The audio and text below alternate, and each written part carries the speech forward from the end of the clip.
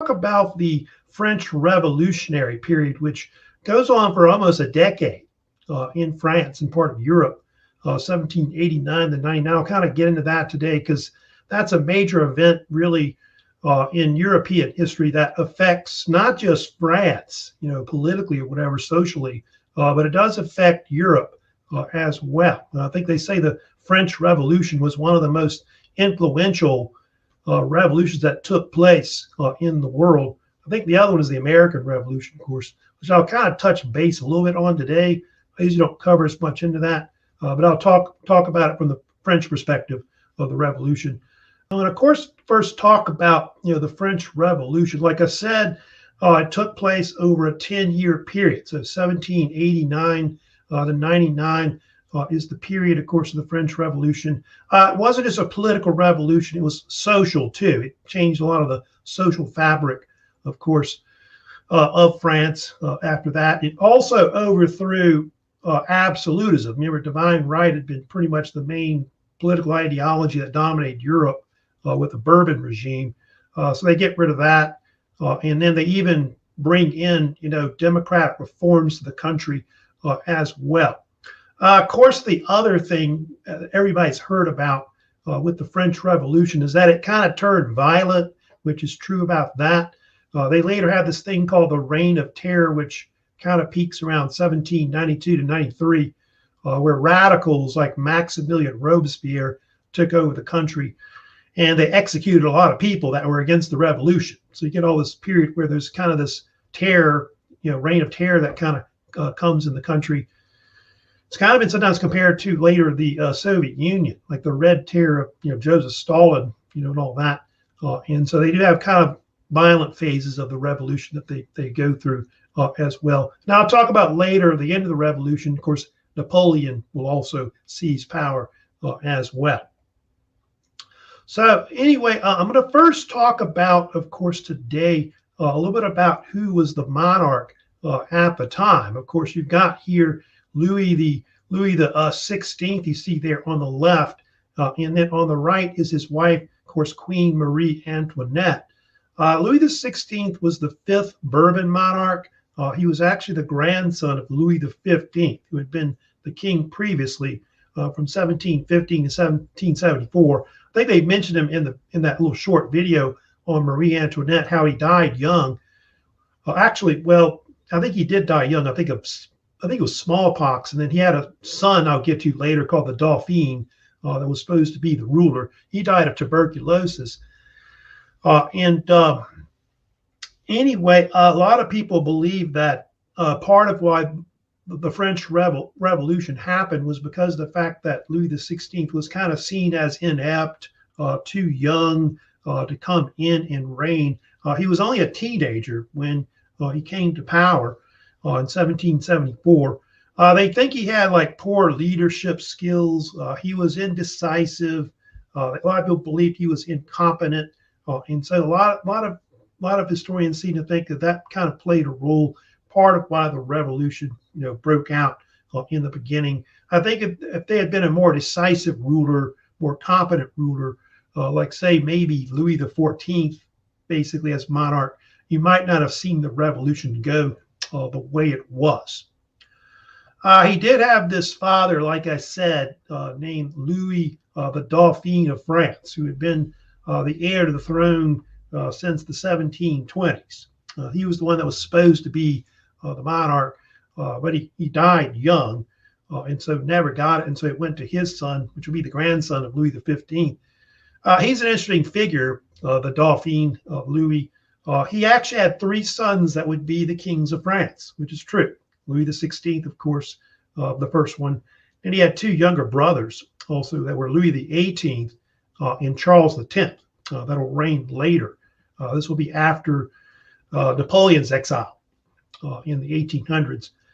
So yeah, they do have a lot of later Bourbon rulers, but there's not too many more after that. There's really only two other rulers after that, Louis the 18th and Charles the 10th. Charles the 10th was the last Bourbon monarch, of course, of France. Of course, on the right, you can see he married Marie Antoinette, who was one of the daughters of Empress Maria Theresa. of the Austrian Empire. And she came to France at a very young age. I think her real name was Maria Antonia. And the only thing about Marie Antoinette, she was not very popular. A lot of people hated Marie Antoinette. They even called her nasty nicknames. They kind of saw her as a spendthrift and part of why France had so many problems with the country. And they called her names like Madame Deficit, I think was one nickname they called her, because when France got in a lot of debt, they blamed her for it. Because they saw her as a spendthrift, spending a lot of lavishly, things like that, fancy hairdos and fancy balls and etc. I think later when Louis XVI could veto legislation, they remarked that it was probably her that was influencing him to veto bills or whatever. So they called her Madame Veto, was another name. Also, they thought, of course, she was German, Austrian, so they called her the Austrian bitch, believe it or not. And then I think at the beginning of the reign, when they had trouble having children, they blamed her for it. They called her a lesbian, which I think the French word was la travaide, I think was what they dubbed her in French. And as you know, later, Marie Antoinette, there's a famous saying, that's attributed to her that goes back to the French Revolution, which is "let them eat cake." You probably heard of. And supposedly it was a saying that was attributed to her when French peasants were starving and didn't have enough bread. And so she simply said, "Oh, just let them eat cake instead," basically. But they don't think she really ever said it. That's one of the weird things about Marie Antoinette. And there's actually this, I think I've talked about it before, but remember Jean-Jacques Rousseau had this autobiography that he wrote that was called The Confessions of Jean-Jacques Rousseau, which I think was considered one of the first popular autobiographies to come out in Europe. He actually had a quotation in there that was kind of similar to it that said, "At length I remembered the last resort of a great princess who, when told that the peasants had no bread, she replied, 'Then let them eat brioche.'" Brioche is like a type of fancy bread that has eggs in it, and raisins and things like that. I think some people put rum in it or something like that, or alcohol. And that maybe is what she's really talking about. But yeah, she was not very popular. I think also because she was foreign, like Austrian. Austria and France had been for years enemies. You know about that. So yeah, France was in crisis. The monarchy was really kind of out of touch with the average, person in France, which average person in France was a peasant that was mostly dealing with agriculture and things like that. And France was still a feudal country, like a lot of countries were in the 18th century.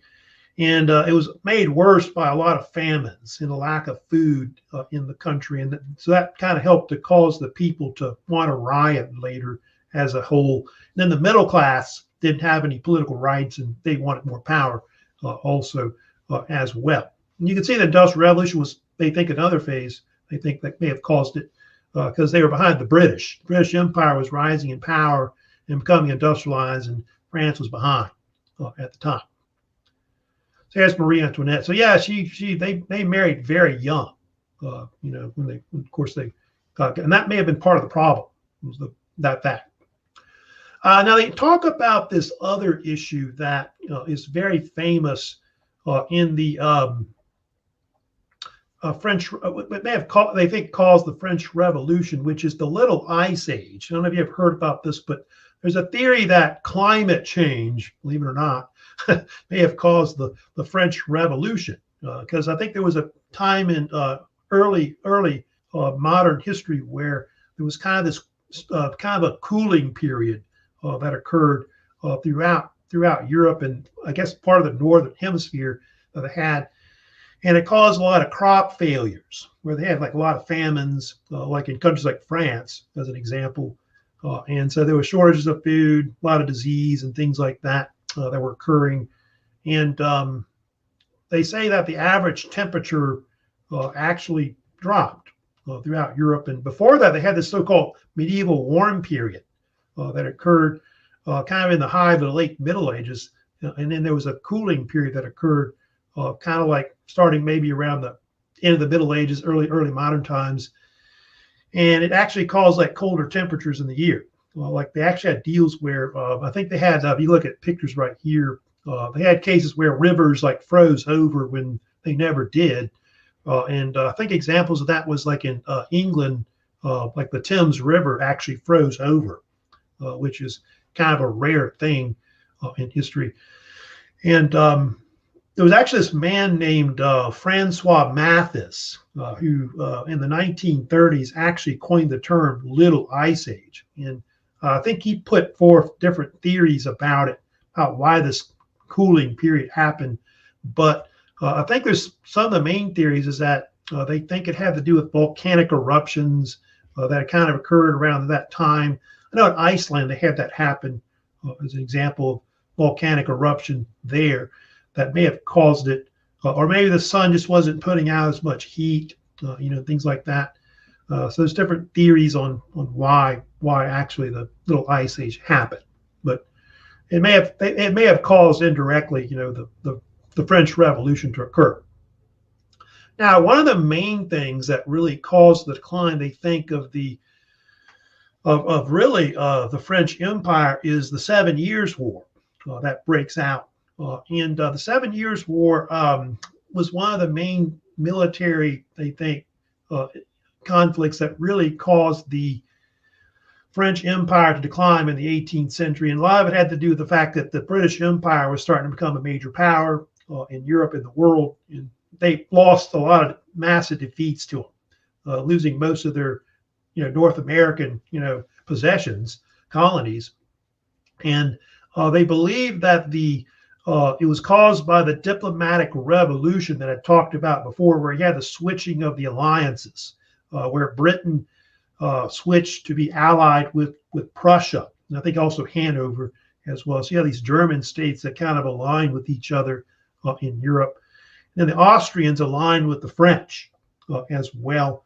And you get other countries like Spain, which is also Bourbon, aligned with the French, and also the Russians aligned with Austria and France and Spain as well. And although those four main ones you're looking at, they sometimes call it another nickname you may have heard of called the Stately Quadrille. That was actually the nickname of this new alliance that formed, which had to do with the so-called quadrille dance that was kind of popular in Europe at the time, where dance partners would switch all the time and things like that.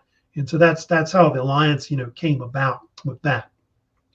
Now, kind of looking at this map here of different parts of the world where the 7 Years' War, of course, was fought. They think there's different theories on how the war broke out. There's like two main events that really they think sparked it. In Europe, they had Frederick the Great, who we talked about before, Kingdom of Prussia. He actually invaded Saxony, which was kind of like next to Silesia, more to the west in Germany. And he actually took it from Maria Theresa, her possessions, of course, Habsburg's Holy Roman Empire. And that sparked the war in Europe. And so you had a bunch of countries like France, Austria, Sweden, I think in Russia, that at one point would attack Prussia. And Prussia, fearful of being, overtaken in Europe, aligned with the British, basically, which made more sense because Britain was ruled by the Hanover dynasty. And so that's why that kind of happened anyway. The other thing that happened too was that France and Britain tangled over North American possessions, Great Lakes area, and also Eastern Canada at the time. They fought this conflict that they called in America the French and Indian War, which actually lasted the longest of the different conflicts. They called it that because both sides had, Indian allies that were in the war, and both were fighting really to control the fur trade in parts of North America, which was important to both really economies of those countries. And so, that had a lot to do with it. And that was really the thing that really caused the decline of the French Empire, is really more of the French and Indian War. You can see here one thing about the 7 Years' War that's very interesting. It is one of the first world wars that breaks out, especially between the European powers. And you can see where all those lines are. Those are areas where most of the conflict was about. Central Europe, obviously in the middle, North America, the eastern part of it, Canada, eastern part of the United States area later. And also, don't forget India, too. They kind of fought for control of. And they're also, I think, fighting with the Caribbean as well. But those are the main areas that they were really into. The British, what they did eventually between especially 1758 to 1760, the British launched a major campaign to try and seize Eastern Canada. The most important aspect of it was the fall of this important fortress that was called Fortress Louisbourg, which is up there close to the Gulf of St. Lawrence. That actual fortress was important because it guarded the entrance to the Gulf of St. Lawrence. So any ship, going through there would get blasted by cannon. And so the British landed troops on there and seized it. That was considered really the turning point in the whole French and Indian War. And they had this general that was named James Wolfe. He was able to get forces down the St. Lawrence River. And after a siege, I think, which lasted like something like 2-3 months of Quebec, what happened was on September 13th, British forces stormed the heights of Quebec, and they defeated the French forces there. So-called Battle of the Plains of Abraham, and sometimes called, some people call it the Battle of Quebec as well. And so that they consider that battle to be really the most strategic battle, really, of the whole 7 Years' War, because the British end up seizing, Quebec and all of pretty much Eastern Canada after that. Weird thing about that battle, Wolfe died in the battle, though. And I think the general on the other side, his name was Louis Montcalm. He got killed too. So both generals got killed. It's kind of weird, but the British end up winning anyway. Now, here's kind of a map showing you right here, but basically after the Treaty of Paris, what ends up happening in 1763, the British end up with all that territory in the eastern part of North America, pretty much where the United States will be all the way to the Mississippi River, and also what is now Eastern Canada at the time. So all that goes to them. And then Spain will get the western part. Basically, the British wanted Spanish Florida to, control that eastern part of North America. And so they did a swap. And the British gave Louisiana to the Spanish. The Spanish gave Britain Florida. And so they did a swap there. And that's basically how that came about. So, yeah, there it is right there, 1763. Basically, that's the main thing. And so French get nothing out of this, of course. They lose all their North American possessions, which was really a big blow to the French Empire. I think the only thing they kept after that was really, I think they got to keep like islands in the Caribbean, like Saint Domingue or something like that, Haiti, but that was about it. So they lost India too, because after that the British start taking over India as well. Now another major thing that they think caused the French Revolution later, believe it or not, was the American Revolutionary War, American Revolution as we call it. Some people call it the American War for Independence as well. So yeah, it's a major cause, which a lot of it had to do with really one of two things, I guess, that they think led to the French Revolution later. One was the French incurred a lot of debt from the war, which I'll kind of talk about later about that. But that was something they did. And the French fought Britain with backing with Americans because of the fact that they wanted to get back at Britain because they had lost in the 7 Years' War. They didn't really get much out of it, though. That's the only thing about it. I think they got really a revolution because a lot of the French that fought in the American Revolutionary War were heavily influenced by it because of the fact they were fighting for, democracy, liberty, the right of self-government and things like that. And that really helped to basically cause the French Revolution later. The French began to support George Washington, who, of course, develops the so-called Continental Army that they'll develop when the 13 colonies, break from the mother country of Britain. They think that a lot of the cause of why the American Revolution broke out was because of strong policies that were put by the Parliament on the 13 colonies, which a lot of it had to do with the debts owed from the 7 Years' War, the French and Indian War. And so they put heavy taxes on them, about this. And so later it created this patriot movement in America that caused the American Revolution to break out in 1775.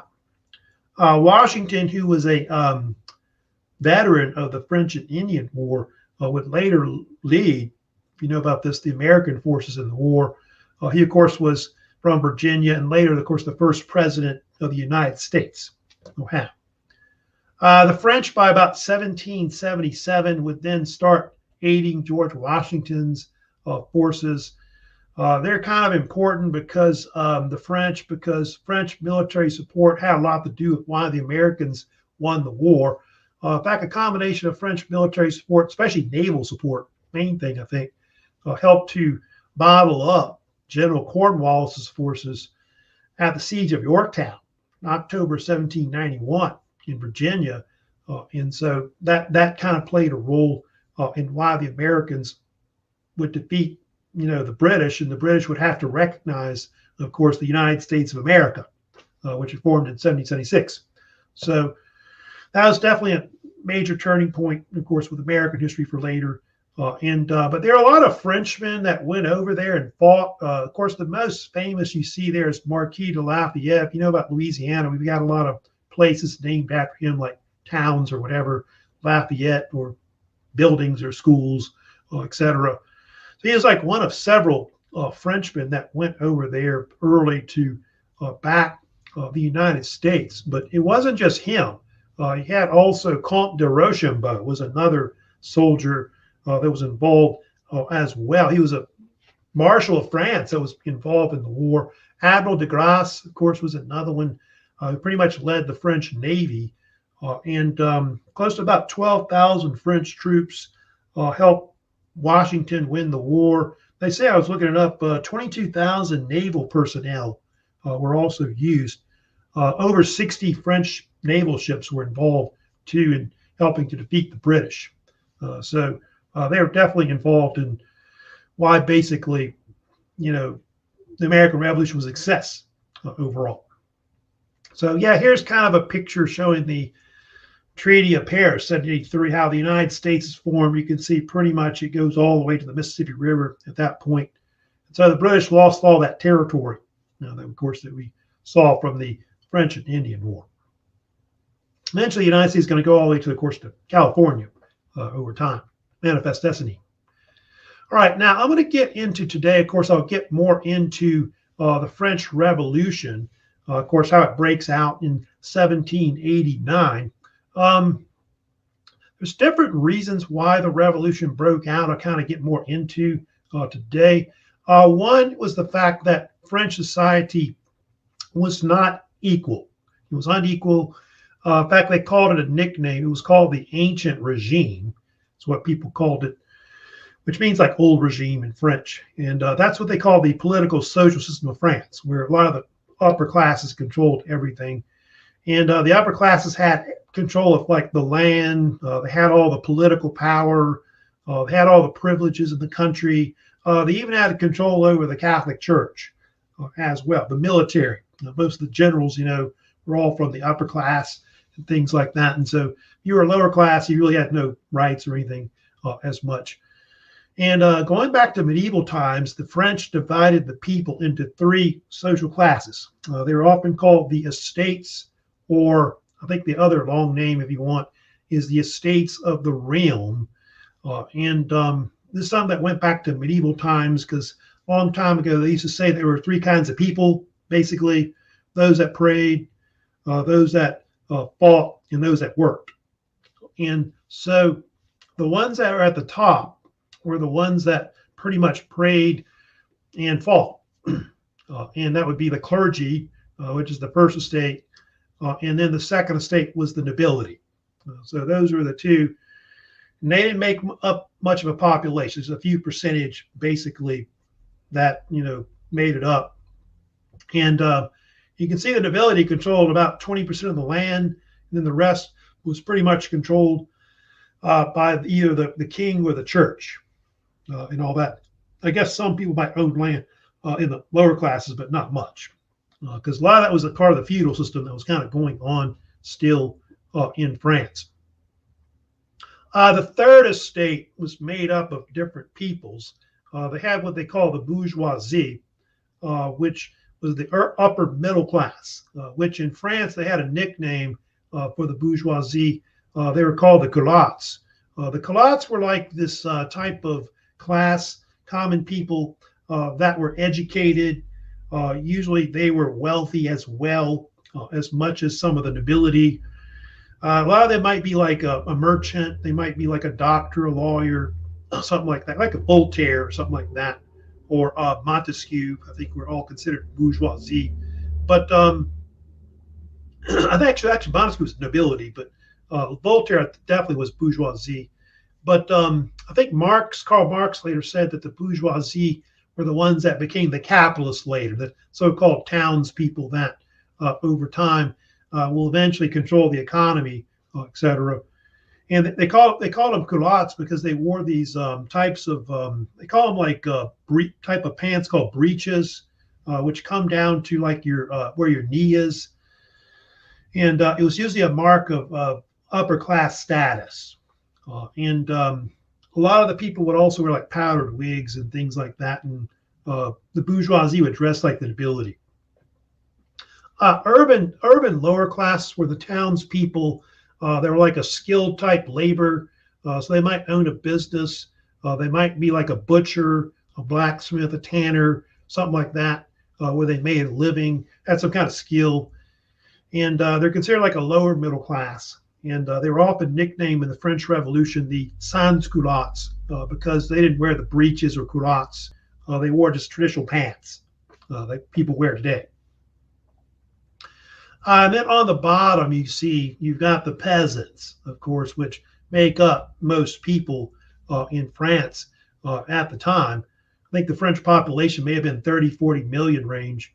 What did they want? The peasants just wanted to eat, like, or have food available that was, cheap, that kind of thing, like bread, mostly I know, was the main diet of most people, most peasants. Lower taxes. They also wanted to get rid of feudalism or feudal ties that were, still there in early modern times. And so they're the reasons why the revolution kind of turns violent too, as well. But really, those two in the third estate, the bourgeoisie and the urban lower classes, they're the ones that really would want more rights more than anything, because they're kind of like the middle class. Now, talk about the early stages of the revolution, which began. I'll kind of talk about Abbé Sieyès in a second, but they say the reason why the revolution broke out was because of the fact that France had all this debt they had to pay from the American Revolution. And of course, the country was on verge of bankruptcy at that point. And not many people knew about it, by the way, I think until about 1788, that the government had kind of been secretive about how much money they owed.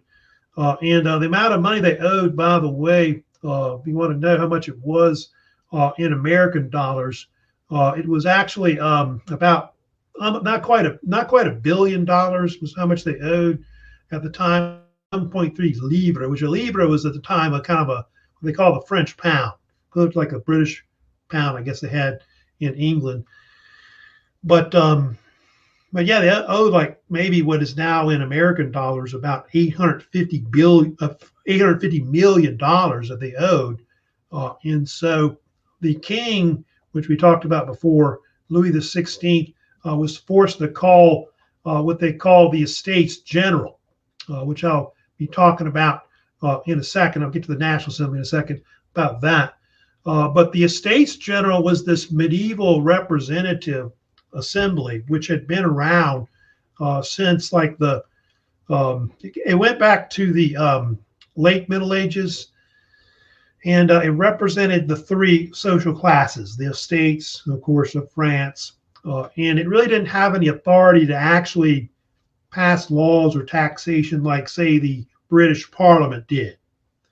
It was more like an advisory body to the monarch. And it actually had been shut down in 1614 because of divine right, absolutism. And so it hadn't really met in, something like 100-something years. So it'd been a while. And so what happened was the king called for this parliament to meet, which met, by the way, at Versailles in the spring of 1789. And about 1,200 delegates were elected to this parliament, basically, which represented all three estates. And I think about half of them were from the third estate, and then the other half were about first and second estates. And what caused the actual French Revolution to break out politically was the fact that the assembly, they couldn't figure out how they were going to vote, as representatives, basically. And I think the king wanted them to vote by estate. But the third estate was like, we ought to vote by representatives because I think we have a lot of people. And so that was one of the loggerheads that actually caused the whole revolution to break out, was because they couldn't figure out how to actually vote. What caused the thing to really blow up more was that in 1789, like maybe on February, I think it was, this man named Abbé Sieyès, who was a Catholic priest in Abbott, published this pamphlet that was called "What is the Third Estate?" which became very, very popular. And a lot of people saw it as like a manifesto of the revolution, of which it would be. It's kind of like the Thomas Paine, maybe, of the American Revolution. He wrote Common Sense, remember that? So he's kind of comparable to that a little bit. But he asked a bunch of questions at the beginning of it, which were very interesting. He said, what is the third estate? He said everything. And because he said that because of the fact that France was the majority of the third estate, like 90-something%, basically. What has it been heretofore in political order? What has it been up to politically? Nothing, because they don't have any rights. Third question was, what does it demand to become something? So he wants the third estate to politically be significant and have political rights and things like that. And Sieyès he didn't just do that. He went further. Sieyès, he attacked the upper classes as being, having too many rights, too much power, too much privilege. And he believed that the third estate ought to create its own legislative body, assembly, that would represent all the French people, especially the third estate. And so that's really what led to eventually politically the revolution, really beginning at that point. And so it led to the formation in June of 1789, the National Assembly, which the actual full name is actually the National Constituent Assembly. That's what the French called it, although they kind of shortened it later to National Assembly. It's kind of too long of a name, I think. Anyway, they think it's the thing that really effectively, begins the revolution. And they would first meet on June 17th, 1789, where all the delegates would come. They asked like anybody that was in the first or second estate could join. So like in the first estate, Abbé Sieyès joined it. Second estate, Marquis de Lafayette, who was kind of involved early in the revolution, also joined it as well. So it wasn't just the third estate that was involved. He had some nobility that backed it, and clergy and things like that, to, I guess, demand change at that point. What happened? The king, Louis XVI, tried to lock them out of their meeting room at Versailles. And so they went to this nearby tennis court, I think it's a squash court, I think they call it at the time.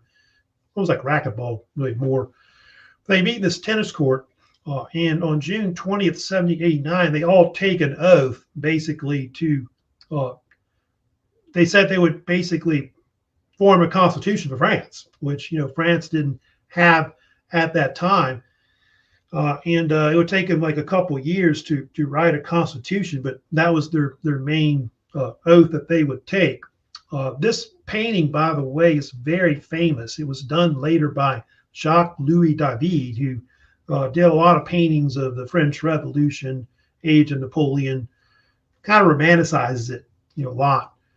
That's actually Abbé Sieyès in white there, taking the oath. You can see kind of in the middle on the left. He's kind of involved in it, and they say he's one of the main figures that's kind of behind the beginning of the revolution. Here's the actual oath. About 578 delegates actually signed it and took the oath. The National Assembly, considering that it has been summoned to establish the Constitution of the Kingdom, decrees that all members of this assembly shall immediately take a solemn oath not to separate until the Constitution of the Kingdom is established on firm foundations, which they didn't have one anyway. The king was the Constitution before. And so they were promising to, like I said, create a constitution. Now, what would happen next? That's the political beginning of the revolution. Now, there was fear that the king would shut the revolution down, like these reforms that they're starting to do at that time overall.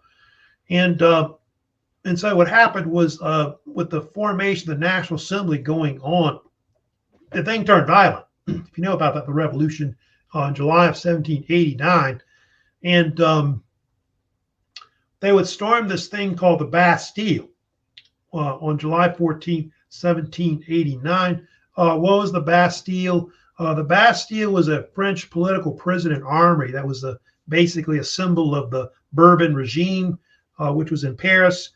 It had, by the way, held a lot of political prisoners in there, including Voltaire. Voltaire had been in prison in the Bastille at one point. And so it was a major symbol of tyranny, a major symbol of absolutism, things like that. And so the people stormed it. If you know about the storming of the Bastille, there were actually about, I forget the number of guards that were involved. I think it was like 114 soldiers were actually guarding it. Anyway, there was a nobleman named Marquis de Launay. He was actually one of the first to be killed in the revolution. They killed him and then they cut his head off and put it on a pike. And then part of why they stormed it was because of the fact that it had a lot of weapons in it, gunpowder and rifles and cannon they could use against the regime. And after they stormed it, the French people later tore it down, like stone by stone, all that. And so it's not there anymore in Paris. They tore it down. And so, yeah, the storming of the Bastille, that's considered to be a cornerstone, of course, French nationalism, of course, later. Part of they say why it happened was because Louis XVI had this finance minister that was named Jacques Necker, who was, I think, Swiss French. And he was the only one, I think, in the cabinet of Louis XVI's government that favored some kind of tax reform, where they might tax the upper classes instead of the lower classes, which they were doing. So I guess it was fear that was going to happen. And I think there was a rumor that he got fired because of Marie Antoinette, basically. And so that's why they stormed it. It was because of that. And I think they had to put him back in, but after that, it was just too late, basically. So yeah, here's images. They've done a lot of paintings, of course, of the storming of the Bastille, but basically citizens, even soldiers, switched sides to back the revolution in France at that point. And there was a case where I think they came to the king and he asked it, is it a revolt or something like that was the comment that Louis XVI said. And no, sire, it's a revolution, was the reply. So the revolution breaks out at that point. The French later have this celebration that they, of course, create out of it in later modern times, which became a holiday in 1880. Which was created by this French politician named Benjamin Raspail. And of course, that was the so-called birth of Bastille Day, which is kind of like a national day of France, where they kind of celebrate, French unity and all that. It's kind of comparable to our 4th of July, where they have parades and fireworks and things like that. And they parade down the Champs-Élysées, of course, in Paris, the capital, like military parades and things like that. And I think even sometimes the United States will even have like some troops parade with it, things like that. And so that's a big thing, in France that they have. So yeah, it's comparable to sometimes the 4th of July celebration we have for our country, for American independence. All right, I'm going to talk about next some of the stages of the revolution, because the revolution kind of goes through, it kind of starts out moderately, doing like reforms of the state, and then over time it gets kind of radical and crazy. I'll kind of get into that. And they have what they call the Great Fear that occurs like around about the summer, fall is about when it breaks out. And what the Great Fear was, a rebellion where all the people kind of got involved in it. And you had a deal where even the peasants get involved. The peasants actually will attack the nobility throughout the country. People get rioting because there's not enough food throughout the country. There's even this case where women march on Versailles. So you have this whole thing, and it's like a mass hysteria throughout the country. And you have even deals where the peasants formed these mobs of peasants. I think they called them brigands, and they went around attacking nobility and their land and stuff like that. Now, I think it even forces some Frenchmen to flee the country as emigres. They actually leave the country and all that. Now I've got like a kind of a map showing it right here, but you can see how it spreads throughout the country. So it first started in Paris and Versailles, and the next thing you know, it's all over the place. I think July, August was the peak of it, of the Great Fear and all that. And it got so bad that what happened was the Women's March occurred by the early fall in October, and you had cases where the French stormed the Palace of Versailles too as well. They broke into it and they basically seized the Louis XVI and his wife Marie Antoinette, and they forced them to live in Paris. So they were forced to abandon, reigning from Versailles, which they had done since Louis XIV's reign and all that. And I think they mentioned it how they would be put in what is called the Tuileries Palace. The Tuileries Palace, which is a palace which is part of it used to be part of the Louvre, but it burned down. What would happen after that? Then the National Assembly would start making all these reforms to the country, which at first they were kind of like moderate type reforms that were created in the country. They actually came out with this thing called the August Decrees. What was that? These were a bunch of decrees by the National Assembly, which ended a bunch of things in the country, like all the rights and privileges of the nobility was gotten rid of.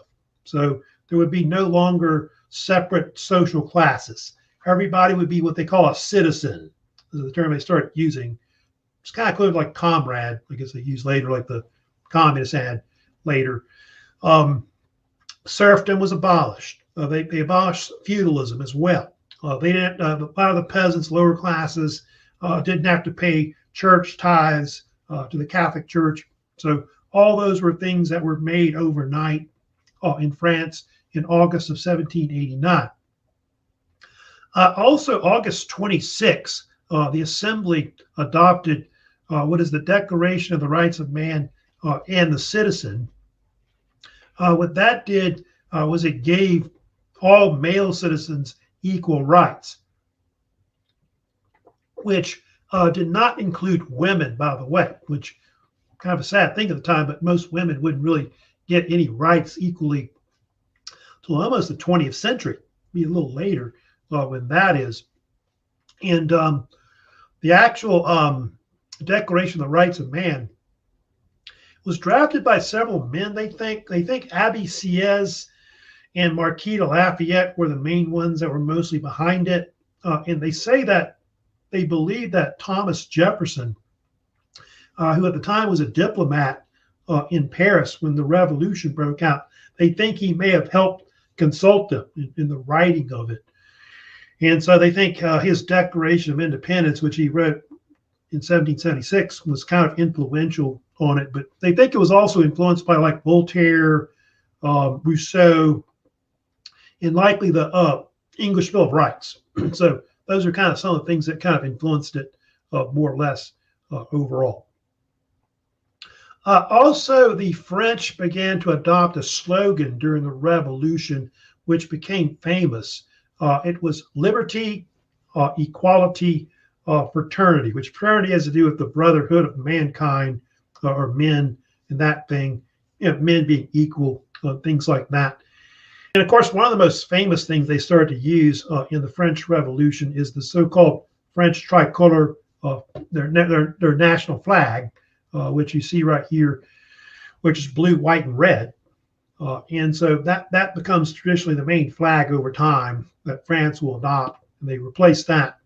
I think previously they had some kind of Bourbon flag that was used by the French monarchy. That became the traditional flag that they, of course, will use from there on out. I think Napoleon starts using it a lot too when he takes over France and Europe as well. Now, the other thing, I'll get to the Jacobins in a second, but I want to talk about some of the different, reforms that were made in the country at this point. One of the main things that happened after they declared the Declaration of Rights of Man and all these reforms, they did eventually adopt an actual constitution, which took them a while to do that, almost like 2 years to hammer it out. And it formed a constitutional monarchy. That's what the French decided they would keep, with Louis XVI as like a figurehead. And it would have a unicameral assembly, which they called it at that point. It was called the Legislative Assembly, which would be around for about 1 year. And under this assembly, the Legislative Assembly would control all the laws, the taxation, things like that. And the king had limited powers. He was a limited monarchy, but he did have one thing that was true that he had power-wise. He had what they call a suspension veto, where he could sometimes veto like bills or laws. And that kind of just made it worse for him because when he would veto something that was against the revolution, it would make him look bad. And so people thought he was a traitor and that kind of thing. Then they also accused his wife of being behind it, and so they called her Madame Veto. If you remember about that. What made it worse was that Louis XVI, then in June of 1791, decided to flee the country.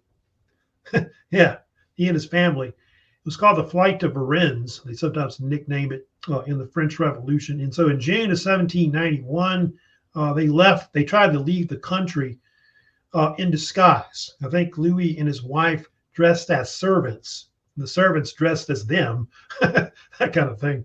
But they were caught halfway to the border with the Netherlands, Austria and Netherlands, which is where Luxembourg and Belgium would be. And they were caught, and after that, they were seen as traitors to the revolution. And so after that, the whole monarchy went downhill. And so people start talking about putting in, at that point, a republic. And part of what leads to it is the Legislative Assembly. They had different political groups that were in it, but the most notorious that rose to power was the so-called Jacobins, that you may have heard about. The Jacobins were kind of a left-wing or radical type political party that kind of emerged during the French Revolution, although it was really more like a political club than an actual political party that we think of, say, in Britain or the United States. And it was actually not one party. It was actually made up of different factions, which I'll give you the two main ones that were in it. The two main ones was, you had one side that was called the Girondists, which were more moderate. And you had the Montagnards, which were called the mountain men, were more radical, more to the left of them. And many of them, like the Montagnards, favored eliminating the monarchy and putting in a republic. And I'll get more into it later, but one of their founders of the Jacobins was Maximilien Robespierre, who you see at the top right there. He was a French lawyer and later dictator of France. And over time, they're going to take over the country, Maximilian, and they'll create the so-called Reign of Terror, which is more of the radical phase of the revolution. And actually, they weren't called Jacobins originally. They were called the Society of the Friends of the Constitution, because they formed originally because they backed the idea of France having a constitution, going back to 1789. they got the name Jacobins because they met at this monastery in Paris that had that name, and so the name stuck, being used later. They did have a motto, which was "Live free or die." So that kind of summed up their movement and all of that. Another thing about the Legislative Assembly I did want to talk about, which is kind of famous if you study about the French Revolution, the whole left-right political spectrum. You hear like left versus right and that kind of thing. It actually starts in this assembly that they have, because what ends up happening is the people that are more liberal or more radical sit on the left, and then the ones that are more moderate sit in the center, and then the ones that are more conservative sit on the right. And so that's where that came from, that whole left-right spectrum that you have. And so the Montagnards were more way to the left side. And they were sometimes called the mountain because they sat high up on the left. That's where the name comes from, the mountain, or mountain men also as well. Before the Jacobins really seized control of the state, though, totally, they had the Tuileries Palace is actually stormed in August of 1792. And the French decide to get rid of the monarchy at that point. And so France, in the fall of 1792, declares a republic. And so so-called First French Republic forms at that point. And they later have a new parliament they create again. That's called the National Convention, which will control the country for about 3 years, from 1792 to 95. But really, I'll get to it later. Robespierre is the one that really takes it over and it becomes like a dictatorship. They have this thing called the Committee of Public Safety that controls the whole country more than anything. But yeah, I'll get more into it, but the revolution's going to really turn violent, in France. The formation of the French Republic, it sparks a bunch of wars throughout Europe, which are known as the French Revolutionary Wars, which will go on for about 10 years until Napoleon takes it over and becomes the Napoleonic Wars that you have later. But you get all these countries in Europe like Austria, Prussia, Britain, Russia, Spain. They all declare war on France because they're fearful that this French Revolution is going to overthrow their monarchies. And so that's why that occurs, of course, with the French. And I think for a while at first it looked like the revolution was going to get shut down because Prussia decided that they were going to invade and try to, help, I guess, Louis XVI and Marie Antoinette with the Austrians. Austrians like backing them and all that. But they were actually beaten at the Battle of Valmy in September of 1792. And so they are unable to really save them, the royal family, and they later end up getting executed via the guillotine, of course, you're looking at. That's one of the things I wanted to talk about that's real famous, about the French Revolution is the guillotine. The guillotine really becomes the most famous symbol of the whole, not just the French Revolution, but the Reign of Terror. The guillotine was a type of invention that was actually created to make execution more humane, which before that, when you were executed, they would have all kinds of methods. Like if you were lower classes, it might be hanging, it might be drawn and quartered, things like that. It might be ways, burnt at the stake. Nobility were usually decapitated, like with an axe usually, maybe a sword at the worst. But there are just different methods that really were just not equal among the French and all that. And apparently there was a physician that was under Louis XVI. His name was Antoine Louis. He was the actual man that would invent it. He invented the actual guillotine, or guillotine, as it's called also. Kind of ironic, later in the Revolution, during the Reign of Terror, he would actually be executed by his own invention. That's kind of the funny thing about that. That'll be later. But they think it was invented around maybe or completed about 1792, the actual guillotine. It was first used on prisoners in that year. And part of why it's called guillotine was because it was named after this other doctor named Dr. Joseph Guillotine. And he was a big supporter of it. He was a delegate to the assembly. And so he thought it should be used, in France as the main form of execution. And so that became basically what they used for everybody. So everybody would get the same execution, no matter who they are, wealthy or poor, that kind of thing. They even tried to nickname it different things like Lucette, Luzatine, Luzon, I think were all nicknames where they tried to name it after the inventor, Dr. Antoine Louis, but they thought it was too close to the king's name, like Louis XVI. A lot of people called it as a nickname, the National Razor. And so that was kind of a name that everybody called it. And it's crazy, they used it up to 1977.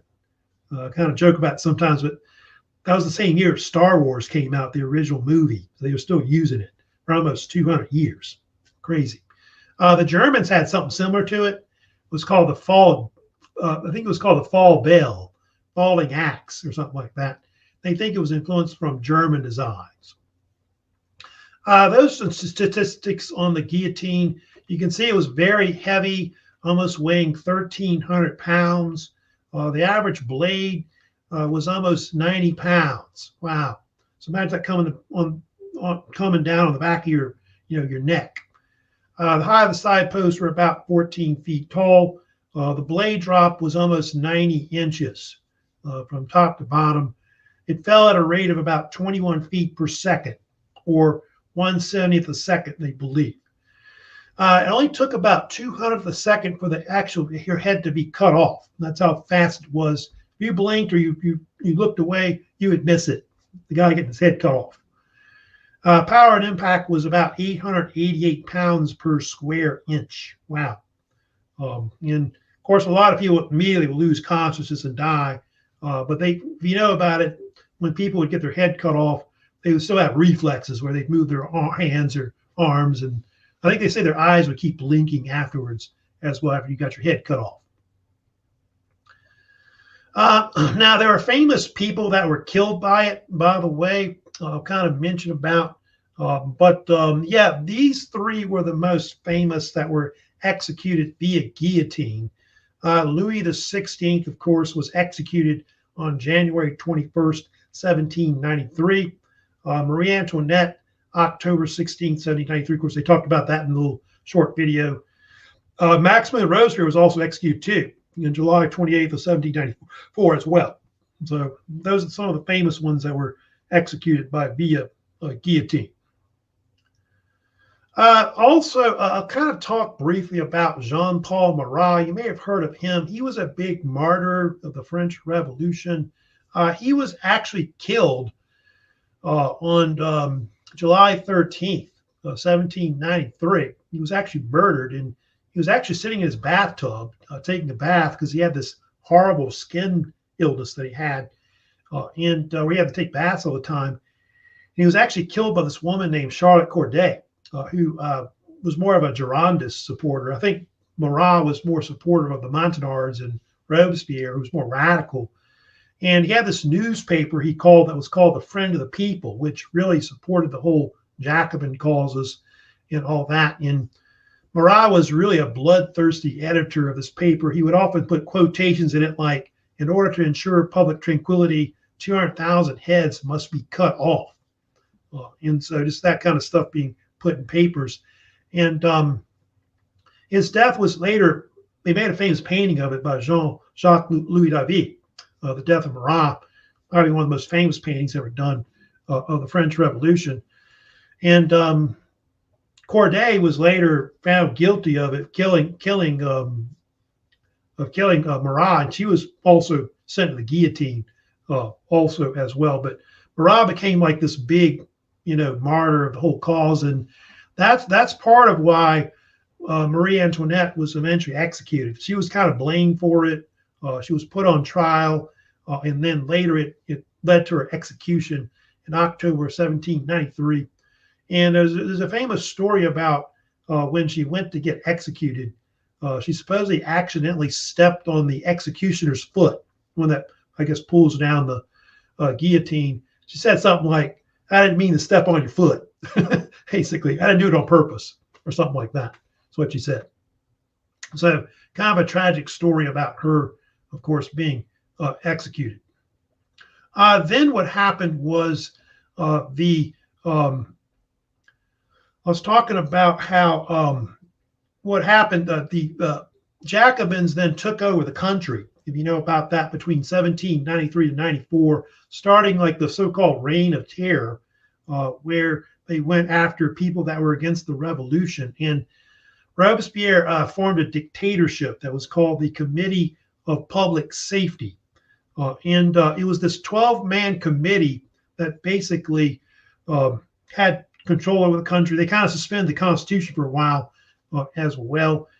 And they tried to root out enemies of the state. And so they think that anywhere from like 40,000 or more people in France were actually killed by the Jacobins. They were either executed via guillotine, some were even just killed in prison like that as well. And it was kind of this counter-revolutionary movement to try to prevent the revolution from being overthrown internally. And so that's why the guillotine, you know, starts to be used a lot throughout the country. And one of the things he did that's very, very famous was the Jacobins started doing a lot of radical reforms of the country, which were later joked as being called the so-called Republic of Virtue, from a speech that Robespierre gave one time in the National Convention Assembly. And they created all these radical reforms, including getting rid of Christianity. They actually abolished it in France at this point. And for about 10 years, they had this cult they created, which was based off of deism, the so-called deist cult, which was called the cult of the supreme being or something like that. And they had this festival they had every summer, like June 8th, 1794. And so they tried to stake the state religion that was based off of deism instead of Catholicism. And the Jacobins went crazy. They literally just, anything that had to do with, you know, the monarchy, the nobility, they got rid of it. So statues of kings, they tried to remove that or cut the heads off statues, things like that. So you didn't want to say anything about having a monarchy or nobility and you'd be probably killed. Basically, it's kind of true, but they actually, like face cards, like, you know, playing card decks, they got rid of the face cards. They don't want anybody to know there's a king and a queen and things like that. And so that was just things like that they were doing. And then probably the most radical thing they did in the revolution was they created this thing called the French Republican calendar, or some people call it the French Revolutionary calendar. And it was an anti-Christian calendar is what it is, where they were trying to eliminate anything to do with religion, the Catholic faith. And so basically what they did was they started from scratch, from what they call year one. In fact, they didn't want anybody to know like where all the holidays were, Christmas, Easter, any kind of saints holidays, that would be eliminated as well. And they made the calendar more based off of things like reason, science, in the age of enlightenment, etc. The calendar was strange. It started from year one, if you know about this. So year one became 1793. Year two in this, you know, 1794.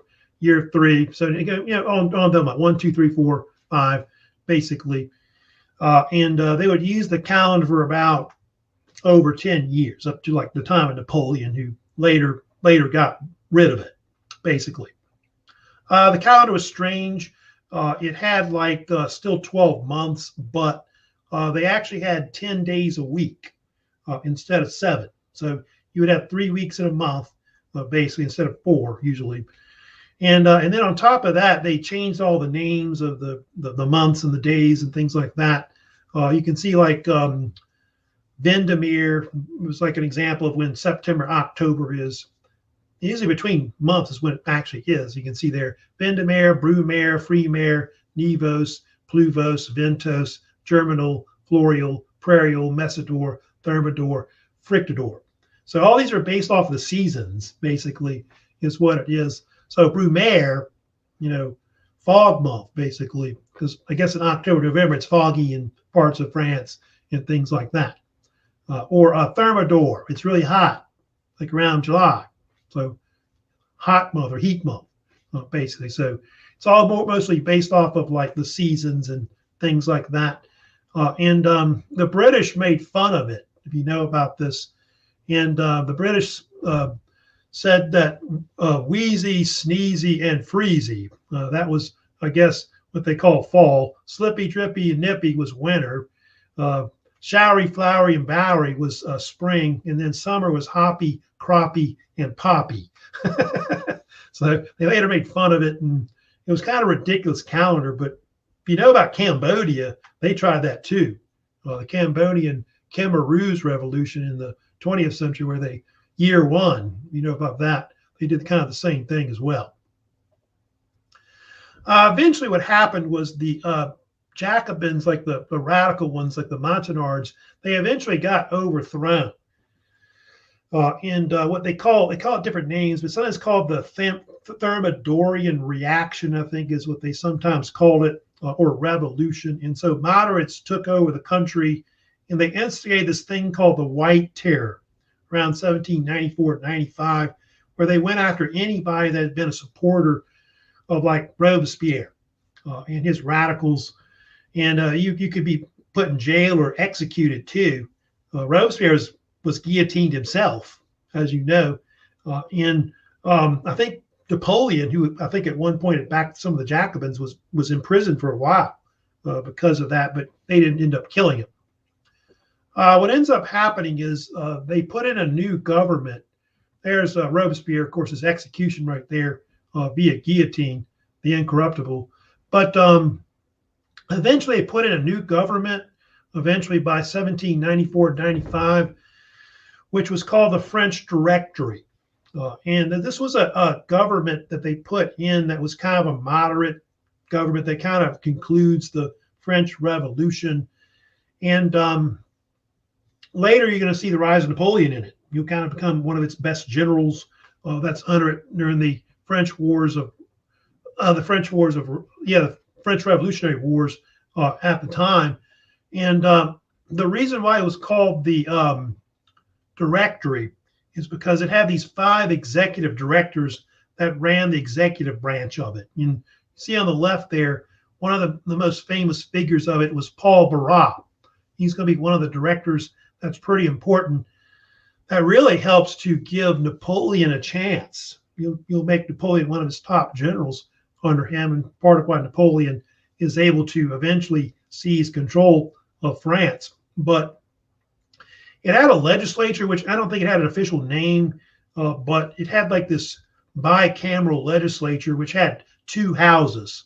There was one house that was called the Council of 500, which proposed a lot of the laws of the country.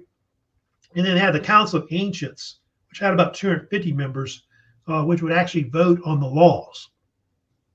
And anyway, the Council of 500 was important because it also picked the directors, who the actual executive rulers would be of the country. But you could see Paul Barras, he was the one that really, is the one that had the real power later. But what happens eventually, because of the fact that Napoleon Bonaparte becomes so successful militarily in the French Revolutionary Wars, you're going to see he's eventually going to take power. That's the thing that's going to really happen. I'll get to it later, but Napoleon is going to seize control of the country in 1799 in a coup d'etat. And you'll see the age of Napoleon, kind of emerge, of course, after that. And by the way, Napoleon was a Corsican. He was from Italy, basically. He'll, of course, become the main leader of the country. So we'll talk about that next week coming up, about who Napoleon is and what he does, of course, to France, because he kind of helps to end the revolution in 1799. Then he'll dominate France and Europe up to about 1814, 1815.